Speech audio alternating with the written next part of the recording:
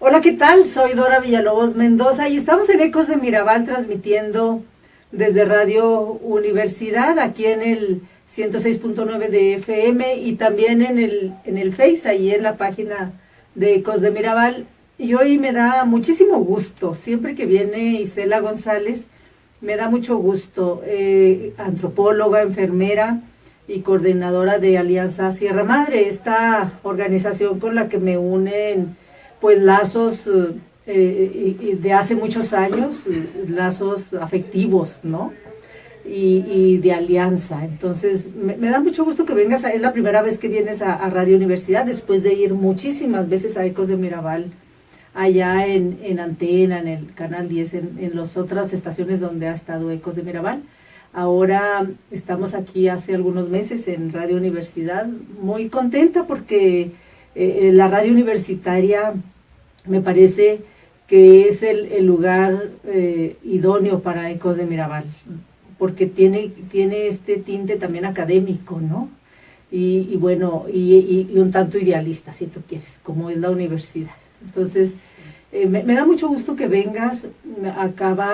Pues tú has estado publicando por ahí algunas cosas a nombre de Alianza Sierra Madre. Yo creo que hay mucho que contar. A ver si nos damos chance y también hacemos algún comentario de la famosa caravana, ¿no? Por la dignidad que yo sé que apoyas, entonces, en una postura muy interesante, además, por eso me interesa. Entonces, por donde tú quieras empezar, ¿qué novedades? ¿Por dónde le damos? A lo mejor podemos hacer una introducción de qué es Alianza Sierra Madre con este auditorio que a lo mejor no conoce tanto Alianza Sierra Madre, que no te conoce tanto, alguna introducción y luego vemos novedades como tú quieras. Sí, bueno, Dora, pues me da muchísimo gusto estar en este espacio universitario. Me da gusto que estés aquí tú, porque eres una voz autorizada para estarlo. Y bueno, es la oportunidad también de que las y los universitarios conozcan el quehacer de las organizaciones no gubernamentales, ¿verdad? Sí. Que la universidad es de esos espacios. No puede haber mejor liga que la universitaria y las ONGs, ¿no? Claro. Mira, Alianza Sierra Madre, para quienes es la primera vez que escuchan, es una organización no gubernamental que trabaja con pueblos indígenas Odami y Rarámuri, Odami o Tepehuanes, Rarámuri o Tarahumaras, en el municipio de Guadalupe y Calvo. Trabaja 3 programas: el programa de derechos humanos, el programa de conservación biocultural y el de bienestar comunitario, pero las circunstancias de violencia, inseguridad y sobre todo la causa principal de las comunidades Odami y Rarámuri es la defensa de su territorio y bienes naturales, concretamente los recursos forestales. Estamos en la comunidad de Choreachi, que también se conoce como Pino Gordo. Mucha gente la conoce como Pino Gordo, yo siempre lo digo así. En Coloradas de la Virgen, ahí son comunidades Rarámuri que han dado una lucha por más de 20 años, ejemplar, defendiendo su territorio y su bosque.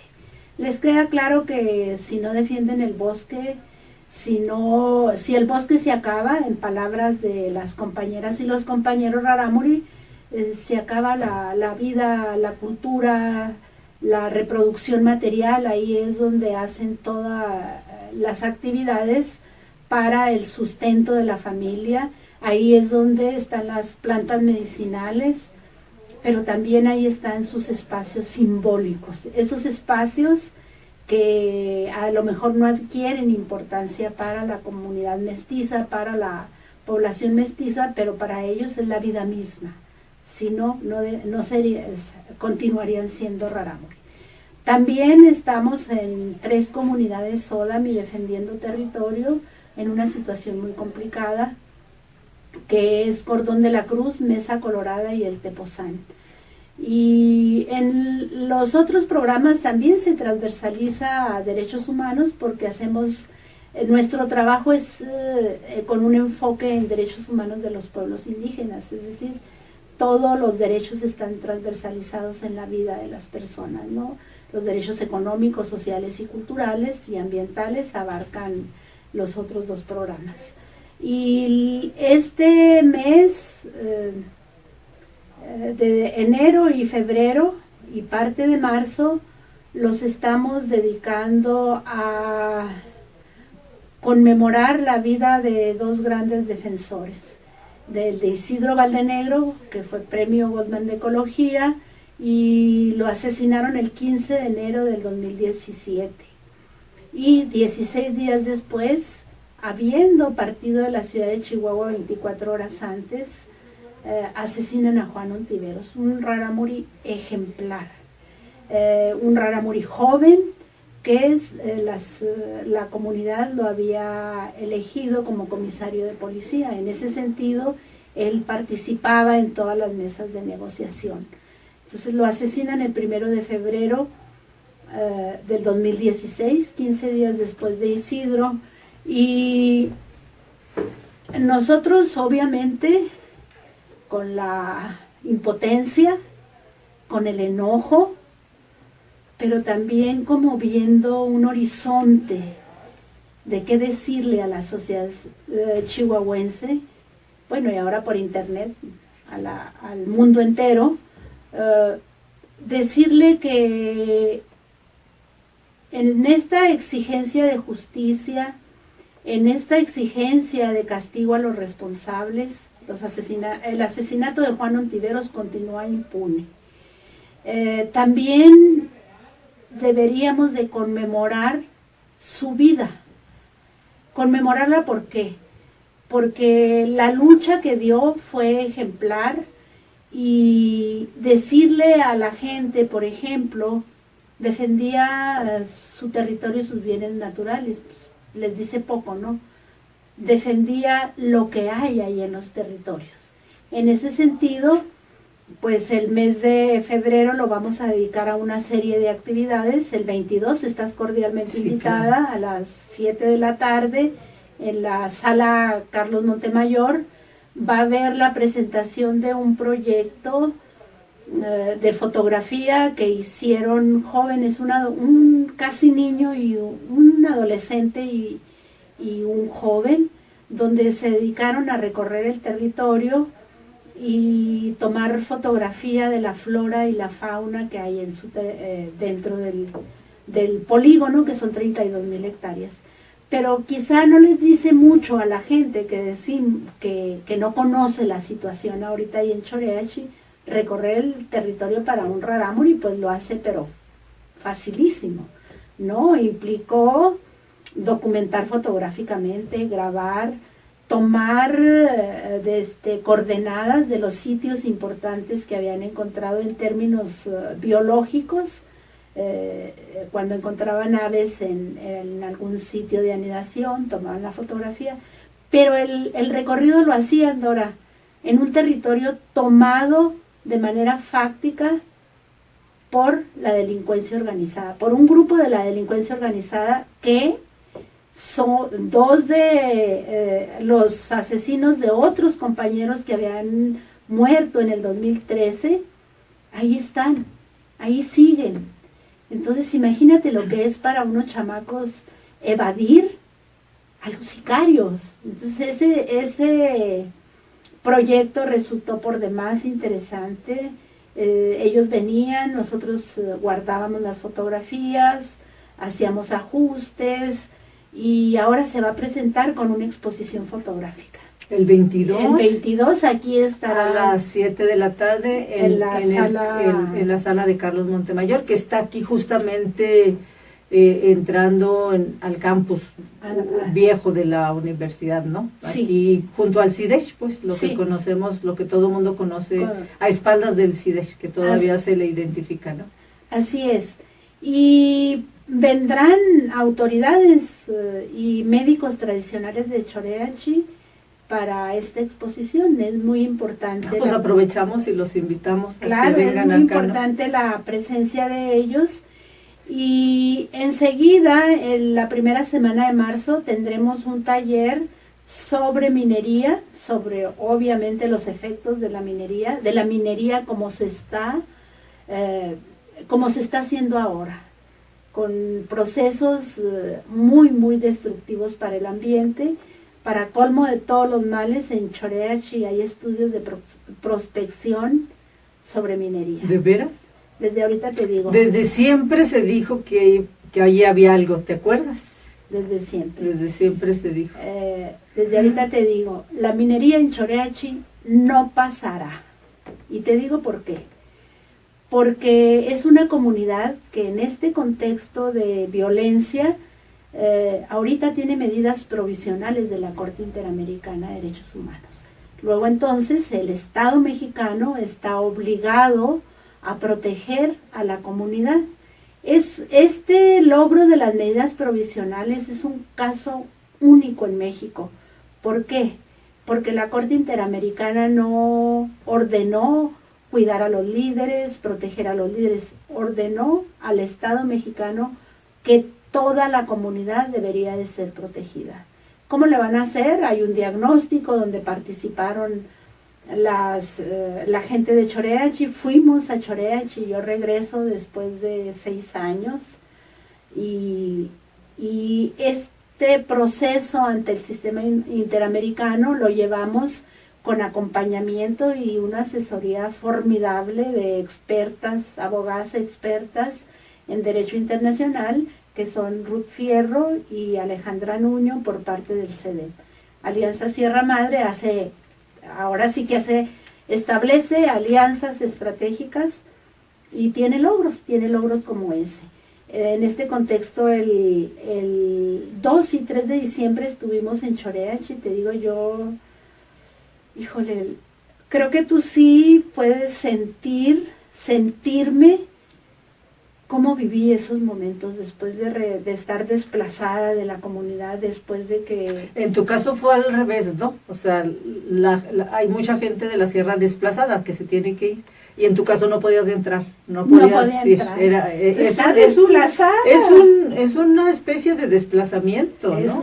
Y forzado, y también es negar los derechos, no nada más a mí, sino a todo el personal de Alianza Sierra Madre, el derecho a defender derechos. Claro. Entonces regresamos. ¿Cómo va esa protección? ¿Cómo va esa orden? Yo me acuerdo que escribí y publicamos también en el programa.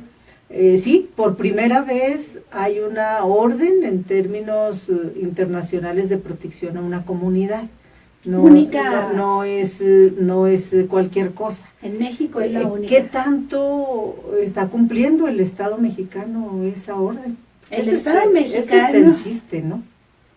Mira, no se han presentado otros asesinatos, pero el hostigamiento constante ahí sigue hacia los principales líderes, a las autoridades, y el territorio ahí, el territorio, ellos entran como Pedro por su casa, los caminos. El diagnóstico que hicimos con la gente de Choreachi, donde participaron niñas, niños, 106 niñas y niños, le dijeron, iba gente del gobierno, de la Fiscalía General del Estado, venían de la Subsecretaría de Derechos Humanos de Gobernación Federal, le dijeron simple y llanamente, con dibujos, que su territorio estaba ocupado, que vivían en el temor constante y que no podían ir a la escuela. Las mujeres les dijeron que no podían salir a pastorear sus chivas, sus rebaños de chivas, de cabras, y que tampoco podían ir a la tienda, que no podían mandar a sus hijos a la escuela. Y los hombres, más o menos lo mismo. Las autoridades tradicionales fueron muy claros. En un polígono de Choreachi les dijeron lugares más peligrosos, los caminos por donde transitan los malos, y las estrategias que la comunidad ha hecho es evadir esos caminos.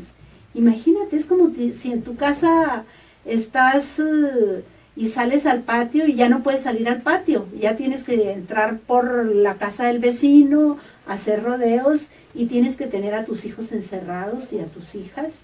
Entonces encontramos una situación muy precaria, por supuesto.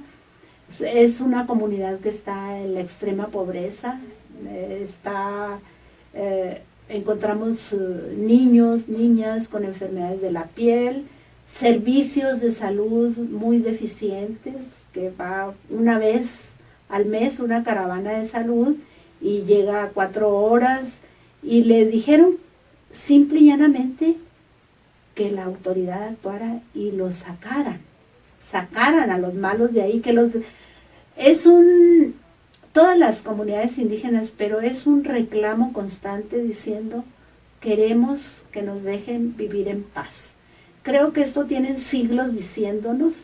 Cuando no son unos, son otros, ¿no? Exacto.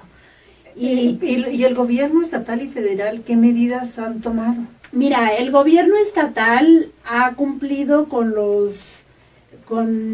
ir a hacer, le llaman, pues salen. ¿Rondines o qué No, serán? no, para nada. Van de vez en cuando y a ver si ejecutan las órdenes de aprehensión de los asesinos de Juan, de los asesinos de Socorro, de los asesinos de Jaime, que estos dos fueron en el 2013, pero pues cuando ellos llegan... No los van a encontrar, eso es obvio. Por supuesto, y van... De vez en cuando. Sí, aquí está lo grave, Dora. No hay coordinación entre el gobierno federal. Porque hay una orden de que se coordinen, ¿no? Es parte del ordenamiento, ¿no? Claro, la orden está para que hacia Renato Sales Heredia, de la Comisión Nacional de Seguridad, y hacia el licenciado Jauregui Robles, en representación del gobierno del Estado, es la orden de proteger a la comunidad. De ahí salieron mesas de trabajo donde hemos participado personal de Alianza Sierra Madre, pero fundamentalmente han venido las autoridades indígenas con los 2 gobernadores, con los comisarios de policía, firman minutas. La Comisión Nacional de Seguridad ha firmado minutas que van a establecer a diseñar una estrategia de protección a la comunidad, y esa estrategia nunca llega. Oye, ¿qué pasa si no cumplen? ¿Cuánto tiempo tienen y qué consecuencias hay? Porque es un ordenamiento legal, ¿no? Sí, es la Corte es un tribunal. Ahorita tiene solamente las medidas provisionales. En caso de que no cumplan, claro que cada 3 meses el gobierno le está informando a la Corte, le está diciendo, fíjate que fuimos a hacer un operativo, ya me acordé del nombrecito. Fuimos a hacer un operativo, le dirá el gobierno del Estado, pero no logramos nada. Y los incidentes siguen. Si esto llega a un tiempo y no cumplen, entonces lo que dicen los abogados y las abogadas, se litigará en la Corte Interamericana. Entonces ya viene un juicio. Y entonces ya viene... Y puede haber sanciones. Por supuesto, es un juicio que establecerá ya sanciones. Ahí hay posibilidades de que se dé, es decir, hay muchas condiciones. Sí, porque no han cumplido, simple y llanamente no han cumplido, te digo. O sea, mientras la delincuencia organizada siga en el lugar, se tiene que dar por incumplimiento, ¿no? Sí, exacto. ¿Sí? O sea, exacto. si no los sacan para que ellos vivan en paz, pues entonces... Y siguen agrediendo. Incumplen. Hoy mismo tenemos, fíjate nada más, fue un operativo de la Fiscalía General del Estado, y antes de que llegaran los policías, todos los malandros se habían replegado porque ya sabían que iba la policía. Sí, claro. Mira, aquí quien conoce la Sierra Tarahumara lo va a entender perfectamente, y quien no la conoce les diré que la sierra está entre cumbres y barrancos, y que para realmente sacar y hacer un operativo con éxito, de detener a los asesinos, de sacarlos del territorio, se requiere una estrategia muy bien diseñada por aire y por tierra. Esto no ha ocurrido. Y aquí quien mayormente ha incurrido en desacato, en incumplimiento de las minutas firmadas, nosotros tenemos minutas firmadas, es la Comisión Nacional de Seguridad. Pues así está, no es un panorama muy halagueño, pero sin embargo nosotros en este año no quisimos sentarnos a llorar, no quisimos, seguimos en el mismo tono de exigencia a los dos órdenes de gobierno. Y al municipal le toca la prevención, pero pues el municipal tendrá menos herramientas. Seguimos con el mismo tono de exigencia, no bajamos ni un decibel en el tono. Oye, Isela, ¿cuántos años ya tú personalmente, desde Alianza y desde donde has andado, cuántos años de activismo en la sierra? 20 años. 20. Estás en tu segunda década. 20 Ya años, sí, 20 años. Ya entró mi tercera década. Ah, ok. Sí, se acaban 2 décadas, ¿no? Sí. 20 años, que más o menos yo creo que fue más o menos por los tiempos en que más o menos te conocí, yo creo. Acababas de empezar. Y estamos hablando, para que la gente que nos escucha, para contextualizar más o menos, son 20 años de una vida dedicada al 100% a la defensa de los derechos indígenas, ¿no? Sí. 100%, o sea, tú te dedicas en cuerpo y alma a la defensa de los derechos indígenas. Es interesante. Y particularmente en estas comunidades, ¿no? De Guadalupe y Calvo. Guadalupe y Calvo, la gente que nos escucha, nos ve, seguramente la mayoría sabe, pero no falta quien luego no sepa, es, yo creo que el municipio, es más, estoy segura que es el municipio más violento de Chihuahua, siempre ha sido históricamente más violento por su ubicación, porque está muy enclavado en la sierra, porque es el último municipio hacia el suroeste, ¿no?, del estado. Está muy enclavado en el Triángulo Dorado. Está en el Triángulo Dorado. Está en el Triángulo Dorado. Es este municipio que por su ubicación geográfica le tocó estar en el Triángulo Dorado. Y tiene mucha barranca, tiene mucha montaña, pero también tiene mucha barranca. Y entonces esto le da muchas facilidades al crimen organizado y le da mucha complicación a quienes ahí habitan. Y hay muchas comunidades indígenas todavía. Yo creo que es uno, Huachochi también, pero digamos que Guadalupe y Calvo es uno de estos municipios donde todavía hay muchas comunidades indígenas. Además, ¿no?, de 2 pueblos indígenas, Tepehuán, bueno, tepehuanes y tarahumaras, ¿no? Muchas comunidades. Y entonces todas, yo creo que todas, si no es que casi todas, de las comunidades indígenas de Guadalupe y Calvo, que por su ubicación geográfica están estas comunidades, y no son comunidades tan chiquitas, estamos hablando de algunos que tienen cientos de habitantes, ¿no? 200, 300, como en el caso... Más de 3,000, como Baborigame. Como Baborigame. Donde yo viví. Y sí, que sí, y ahí trabajé con mujeres ahí sí es un pueblo ya muy grande, ¿no? Sí. Pero acá como Pino Gordo, que sí estamos hablando de que de 300 personas que habitan, ¿no? Por ejemplo. No, en Choreachi o Pino Gordo habitan 700, fíjate. 80, no, casi 800 personas, pues mira, no es cualquier cosa. Un compañero que por cierto está desplazado viviendo en una cueva, Prudencio Ramos, que tú conoces muy bien, él acaba de concluir también un censo donde casa por casa censó las viviendas y la gente que ahí vivía y también las ubicó en coordenadas. Este trabajo, Dora, es importantísimo. ¿Por qué? Porque si tú te vas al INEGI, el INEGI solamente te registra localidades con más densidad poblacional y él registró todas estas. Entonces, oficialmente tendrán que ser parte, porque reconocida, están claro. Sí, porque estamos hablando de que a lo mejor en 54 ranchos y rancherías. Sí, en el pueblo, digamos que lo podemos mencionar como cabecera, ¿no? Uh-huh. Estamos hablando, no sé de cuántos habitantes en el pueblo que es como cabecera, ¿no? Hay como porque 3 o 4 familias. Pocas casas, ¿no? Pero ya en toda la región, pues estamos hablando de 50 y tantos ranchos, de 50 y tantos, que entonces entre todos hacen 800. Permíteme un segundo, esa es una característica de los pueblos indígenas en la Sierra Tarahumara, que viven muy dispersos, como Choreachi, en 32,000 hectáreas, 54 ranchos. Pero todos dirán, están allá aislados. No, están profundamente articulados Sí. por su sistema de sistemas normativos internos, sistema de autoridad.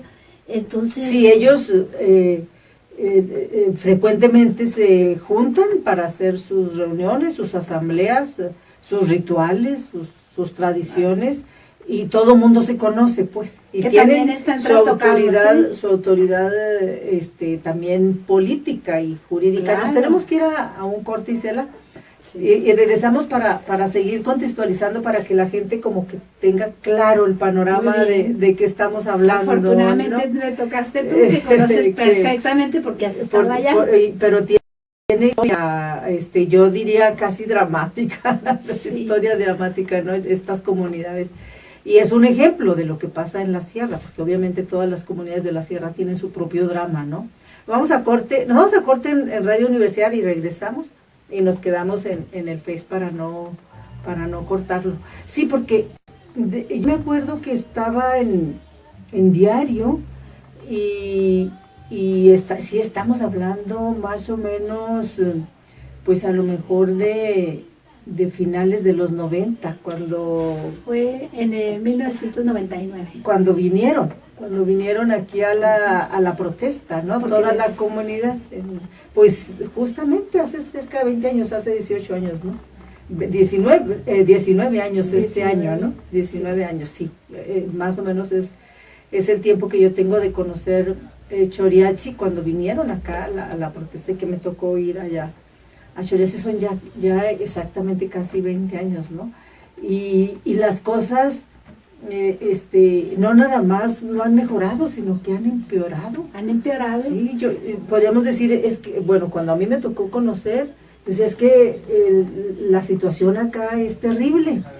Y yo dejé de participar y de conocer, pues toda la circunstancia que tú ahorita nos contarás, pero luego empeoraron dramáticamente. Sí, Dora, empeoraron y hubo un hecho que tenemos que decirlo, la declaratoria de guerra contra el narcotráfico. Sí. Ahí es donde las comunidades se empeoran. ¿Por qué?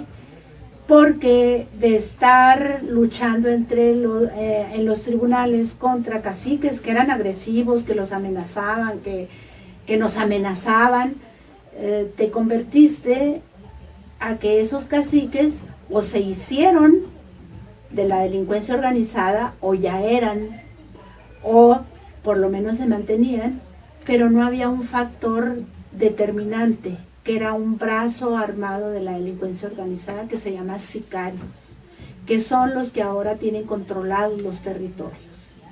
Y por ejemplo, en Choreachi, la familia Loera, voy a decirlo, la familia Loera, ellos pues eran de poca monta, si acaso sembradores, eran muy agresivos, pero era nuestra contraparte en el tribunal. Imagínatelos a ellos ahora con un grupo de hasta 45 sicarios que los han llegado a tener ahí. ¿A quién responden? ¿Qué intereses hay? Sí, sí, y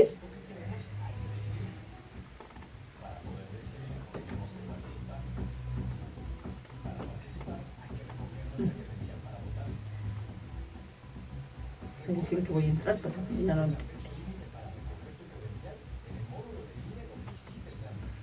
Un momentito, qué terrible, ¿no? Sí, está horrible, horrible. No te puedes ni siquiera imaginar cómo es la vida de estas personas, ¿no?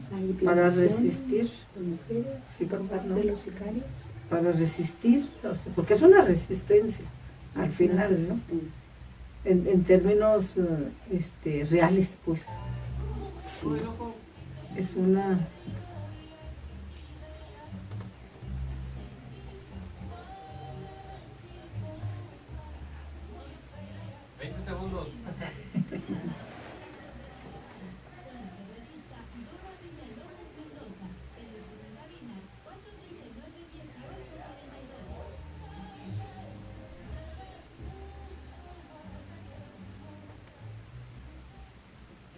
Regresamos, estamos en Ecos de Mirabal, transmitiendo desde Radio Universidad y con mucho gusto porque estoy platicando con Isela González, ella es coordinadora de Alianza Sierra Madre, de esta organización donde dan acompañamiento en la defensa de los derechos indígenas desde hace muchísimos años, 20 años.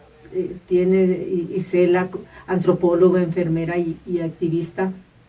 En este territorio, antes de irnos al corte decíamos, en Guadalupe y Calvo, en este territorio donde es tierra de nadie, ¿no? Donde por su situación geográfica lo hace un territorio muy vulnerable para la gente que vive ahí. Es un territorio que está en el mero Triángulo Dorado, donde la barranca y la montaña hacen que la gente, de por sí históricamente la gente que ha vivido ahí, estos grupos indígenas siempre han batallado para salir, para trasladarse, son lugares muy alejados ahora sí que de las poblaciones grandes, de la cabecera municipal de Guadalupe y Calvo, no se diga de la capital del estado, y esto pues obviamente facilita que el crimen organizado ahí tenga su guarida, ¿no? Y además siempre históricamente ha sido un municipio donde se presta mucho para el cultivo y el trasiego de las drogas. Y entonces, en estas circunstancias donde siempre han batallado los grupos indígenas que ahí viven, las comunidades indígenas, pues y no es de ahora, desde hace mucho que se complicó. Yo me acuerdo que hace 20 años, justamente, 19 años, que me tocó participar mucho en Sierra Madre. Eran los tiempos en que el litigio, la Alianza Sierra Madre se hizo experta, los abogados, tú misma, se hicieron expertos en litigar la materia indígena, ¿no? La materia territorial, con altas y bajas, que luego ganaban unas y perdían otras, ¿no? En un aprendizaje muy interesante de litigio y mientras la comunidad aprendiendo mucho a defender sus derechos, ¿no? Y ahí iban, batallando mucho, hay que decirlo, porque de pronto había funcionarios, a mí me tocaron muchos funcionarios en dependencias federales y estatales muy insensibles, muy insensibles con estas comunidades, tan insensibles que se convertían en agresores, ¿no? De los derechos. Pero de pronto, pues hace ya 10 años más o menos, más a lo mejor, se da este vuelco terrible porque con la guerra que promueve Calderón o que por lo menos sostiene el gobierno de Calderón, con el crimen organizado, o que intenta, o dice por lo menos que va a tener la guerra, todo el país se trastoca. Y a la sierra le toca la peor parte, por las circunstancias. Y a estas comunidades indígenas que ya venían batallando para defender su territorio, es impresionante saber que ha vivido ahí históricamente y que no tienen su papelito donde les dice que son dueños. Lo único que ellos andaban buscando es ese papel que les dijera que sí son dueños de ahí, ¿no? Y que ahora no nada más no tienen ese papel, que no lo han podido conseguir y que además fueron al litigio estratégico, etcétera, en el terreno de los tribunales, etcétera. No nada más no lo consiguieron, siguen batallando, sino que luego se les viene esta pesadilla que yo creo que ni imaginaban ellos que todavía podía ser peor, esta pesadilla de los grupos criminales. Si bien los caciques antes mataban, porque siempre han matado ahí, siempre ha habido víctimas, no nada más de lesiones y de agresiones, sino víctimas mortales, de pronto llega la famosa guerra y le pega muy duro a la sierra y le pega muy duro a Guadalupe Calvo por esta circunstancia que decíamos, y muy duro a Choriacha, a Pino Gordo, a Coloradas, justo porque son comunidades estratégicamente ubicadas. Y entonces se viene esta parte. ¿Qué ha pasado en estos últimos 10, 12 años, Isela? ¿Cómo ha sido la vida para esta gente, si es que se le puede llamar vida, y uno se pregunta, pues ahí están, es como una resistencia, ¿no? Porque luego hablamos de países que están en guerra y que están resistiendo, y acá no le piden nada a estas noticias. Lo que pasa es que a lo mejor, estas noticias internacionales, lo que pasa es que a lo mejor acá nos ha faltado difundir lo que está pasando, ¿no? Y tuvimos 6 años con un cerco mediático. El sexenio pasado en esas comunidades no pasaba nada, nadie se daba cuenta de lo que pasaba. Campañas de desprestigio contra las y los defensores, pero mira, me tocaste una fibra muy sensible, Dora, porque yo he estado 20 años en las comunidades como activista, aprendiendo mucho de los litigios y acompañando movilizaciones de la gente de Choreach y de la gente de Colorado de la Virgen. Sin embargo, en esta absurda guerra, que no es ni guerra, porque yo te puedo decir que el resultado ahorita hay más armas, sigue habiendo la producción de estupefacientes, solo no han sacado los cárteles. Ahí había 2 cárteles que yo no les voy a hacer propaganda, no voy a decir nombres, que convivían entre ellos y no molestaban a la población. ¿Qué fue lo que pasó? En esta guerra desterraron o lo sacaron de ahí, se fueron a otro lado un cártel, se quedó uno pero atomizado, que entre ellos mismos se están combatiendo. Aparecieron algo, lo que ya he dicho, que a mí me ha causado estupor. Los sicarios no saben lo impresionante que es ir transitando en una carretera y te paren y te digan y que te son roban. Criaturas, ¿no? Sí. El resultado, lo que tú me has dicho, en esta estancia, todavía antes de la guerra contra el narcotráfico, te voy a decir que yo y las personas de las comunidades y ellos siguen teniendo esa capacidad de reírse de la cultura de la risa. Pero yo fui inmensamente feliz ahí, Dora. Iba sin miedo, mínimo. Iba sin miedo, pero además aprendí muchísimo de la cultura Ódami, de la cultura Rarámuri. Establecí relaciones de comadrazgo con compañeras, pero después de esta guerra lo que he visto son asesinatos de los hijos de mis amigas, desaparecidos y desaparecidas. He visto feminicidios, por lo menos tengo registrados 2 feminicidios en Baborigame. He visto muertos al por mayor. Por ejemplo, en el 2013, Guadalupe Calvo tuvo más homicidios dolosos que Chihuahua y Ciudad Juárez juntos, en términos de población, sí. En términos de la relación poblacional. Acuérdate que ya estaba la estrategia en Juárez, en Chihuahua ya más o menos se había controlado, pero en las sierras hay desaparecidos, desaparecidas. Coloradas de la Virgen es una comunidad que tenemos censos de desplazados y desplazadas, sabemos dónde están, y ahora además Alianza Sierra Madre les está dando acompañamiento para la gestión humanitaria con ante la Comisión Estatal de Atención a Víctimas, al derecho que tienen las personas desplazadas. Entonces se nos ha multiplicado el trabajo, pero hemos visto...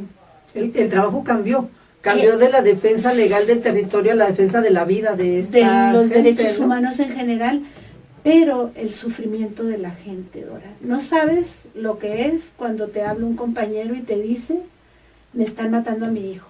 Cuando habla una compañera sobreviviente de una balacera y ahora desplazados en refugios. Eso es lo que ha sucedido en esta guerra que inició Felipe Calderón, por las razones que decía, pero continuó Peña Nieto igualita. Esperemos. Si no cambió nada, ¿no? No cambió nada más para las víctimas. Para ellos, no combatieron nada. Y ahí están las estadísticas, ahí está la gente que vive, que transita por esos caminos. Te digo, las niñas y los niños en Choreach no pueden ir a la escuela. En Colorado no hay nada. Coloradas está todavía peor, porque todavía en Choreachi la organización comunitaria te permite armar estrategia. Por ejemplo, donde hacían la fiesta ya no la pueden hacer, pero buscan lugares. Los chicos todavía no se enrolan en el ejército de sicarios, salvo en una comunidad tienen ahí unos apoyadores que están plenamente identificados y relegados de la comunidad, pero en Coloradas de la Virgen ya no es así. Hay un grupo de sicarios que son rarámuri de ahí de la comunidad, que han matado a sus propios compañeros pagados por el crimen organizado. Eso se llama descomposición del tejido social. Esto... ¿Qué es lo más peor que podría pasar? Sí, creo, porque, mira, a mí me parece que pasarán muchos años para que el tejido social se empiece a regenerar. Porque, Dora, tenemos ya generación de niños que nacieron y que ahora son adolescentes, que nacieron ya viendo las capuchas, viendo las camionetas, viendo los hombres con armas de altísimo poder, con uniformes camuflajeados.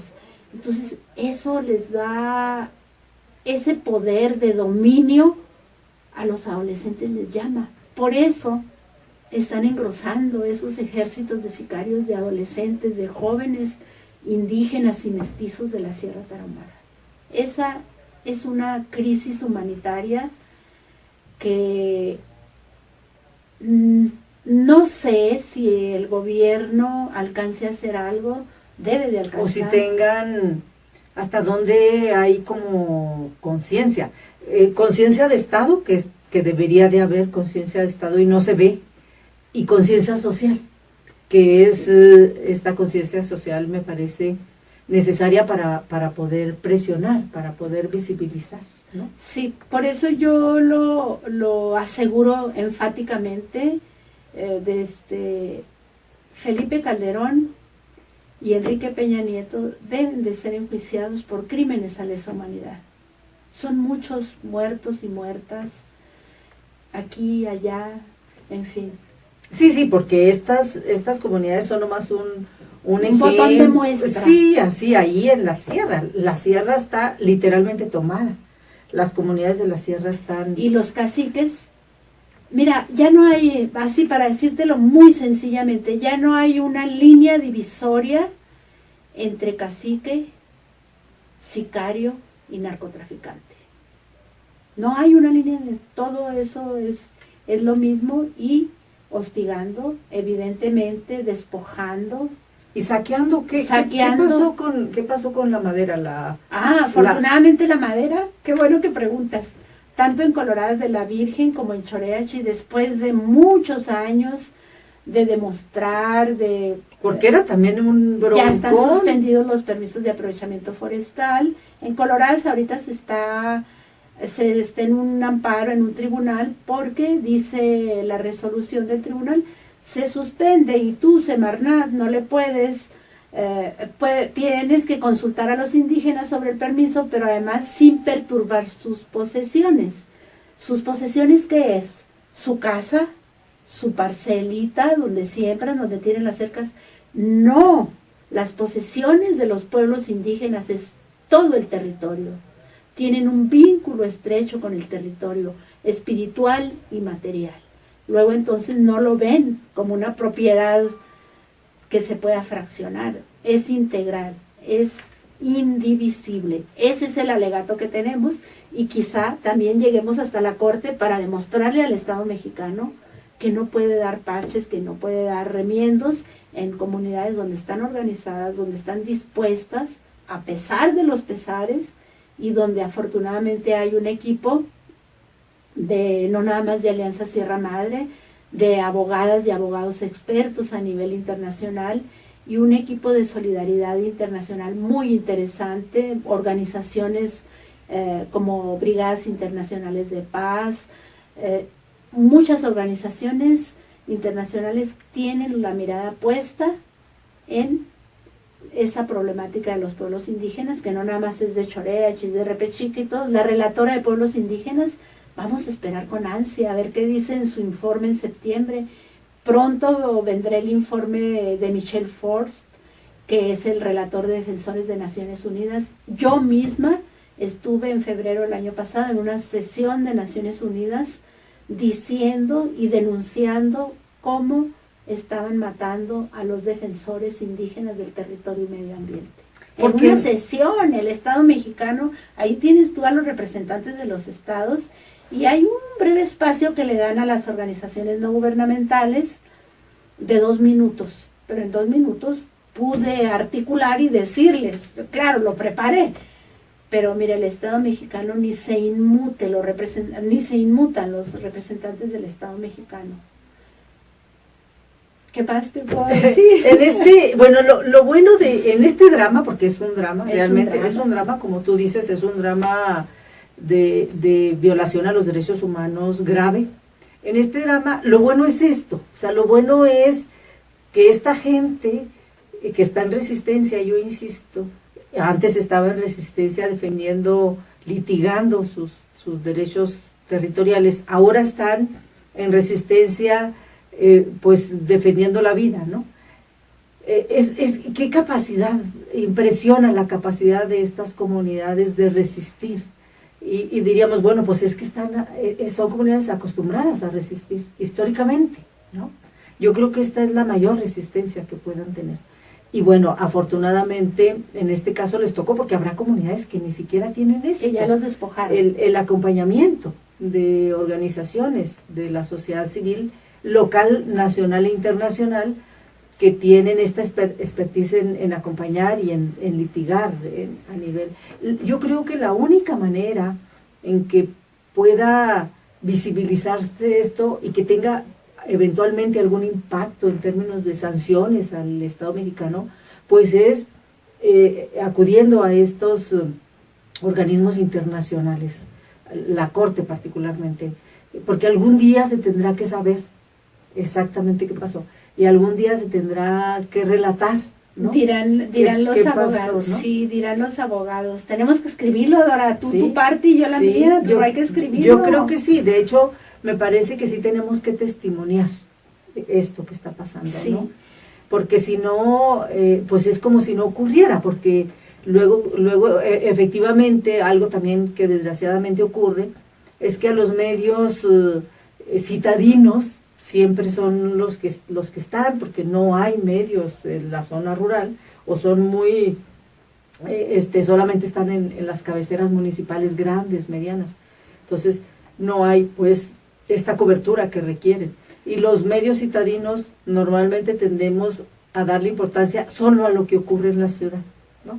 Y entonces pareciera que lo que ocurre en la ciudad, que en la ciudad ocurren cosas muy, muy importantes o muy graves, y en la zona rural no, en la sierra no nos damos cuenta, salvo que maten de a 10 juntos o no sé cuántos, que haya estas masacres, de pronto tienen impacto, pero no, me parece que los medios tenemos como esta deuda de recrear y difundir lo que realmente está pasando en las comunidades indígenas de la sierra, ¿no?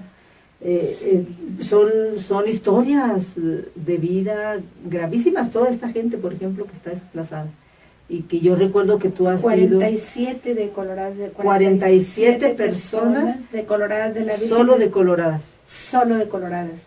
Tenemos una compañera de Choreachi desplazada, la viuda de uno de los compañeros asesinados en el 2013, desplazada, viviendo en un refugio. Tenemos Prudencio, está desplazado dentro del territorio, viviendo allá, quién sabe dónde, pero ya fuera de su rancho, desplazándose, pero bueno, los rarámuri para eso sí son buenos, para moverse dentro de su territorio, porque se pueden mover de día, de noche, cosa que los mestizos no pueden. Entonces, arman sus estrategias. Sí, tienen esta capacidad de resistir, y de resistir en comunidad, que eso es lo interesante, ¿no? Sí, también en los casos de las comunidades Sódami hay dos, también ha habido despojo, eso es nuevo. Los están intentando despojar del territorio, pero les han robado ganado, ha habido agresiones sexuales a una niña, ha habido privación ilegal de la libertad a un adolescente. y eso apenas está como en proceso, pero imagínate lo que es me dicen las compañeras que son con las que yo más platico cuando vienen acá, me dicen es que todo está muy triste, a veces pensamos que nos vamos a morir todos y a lo mejor estaría mejor ya, pero estar viendo que los asesinos están ahí, que los violadores están ahí y que no pasa nada, es terrible. Sí, porque además hay una gran incapacidad de justicia, hay una gran, si acá en la ciudad pues, que ocurren estas ejecuciones y que ocurren, difícilmente llegan a término los procesos o difícilmente van a proceso todos los casos. Espero que sí, el fiscal de la fiscalía ha prometido que va a haber justicia en este caso de Cordón de la Cruz y de Mesa Colorada y del Tepozán, que va a haber justicia y por lo pronto a uno de los violadores ya lo tienen en la cárcel, por lo pronto. Creo que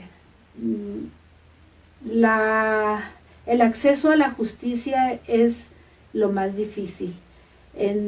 Las y los defensores de derechos humanos me han enseñado que es luchar por el acceso a la justicia, enseguida por la no repetición y después la reparación. Apenas estamos intentando llegar al acceso a la justicia. Y ahí tiene mucho que ver con voluntad de las autoridades. Afortunadamente yo sí creo que tenemos a un fiscal que tiene voluntad. Luego enseguida tiene que haber capacidad, ¿no? Que luego no se tiene también. Y la magnitud del problema, yo insisto, sí. La Fiscalía General del Estado de Chihuahua no va a poder hacer nada si la Federación no se coordina y no hace su parte. Ahí está la delincuencia organizada, es ámbito de la Federación y le toca cumplir a la Federación. Y lamentaría muchísimo, créeme Dora, no soy ingenua políticamente y tú lo sabes, lamentaría mucho que esas omisiones se estén dando con una intención, con la intención de culpar solamente a la Fiscalía del Estado de Chihuahua. Para allá iba justamente, porque no podemos dejar fuera el ingrediente político, porque ahí está. Porque no es lo mismo a que sea un gobierno federal de un partido y un gobierno estatal de otro partido. No es lo mismo, pues. No son las mismas alianzas, ni son las mismas coordinaciones, ni son los mismos acuerdos. Y sí es notorio, por lo menos a mí me lo parece, el abandono del gobierno federal en términos de actuación policíaca, en términos en materia de seguridad en este gobierno que es de oposición, que no es de su mismo partido. El hecho de que el gobierno federal sea del PRI y el hecho de que el gobierno del estado sea del PAN, y además con un gobernador muy exigente y muy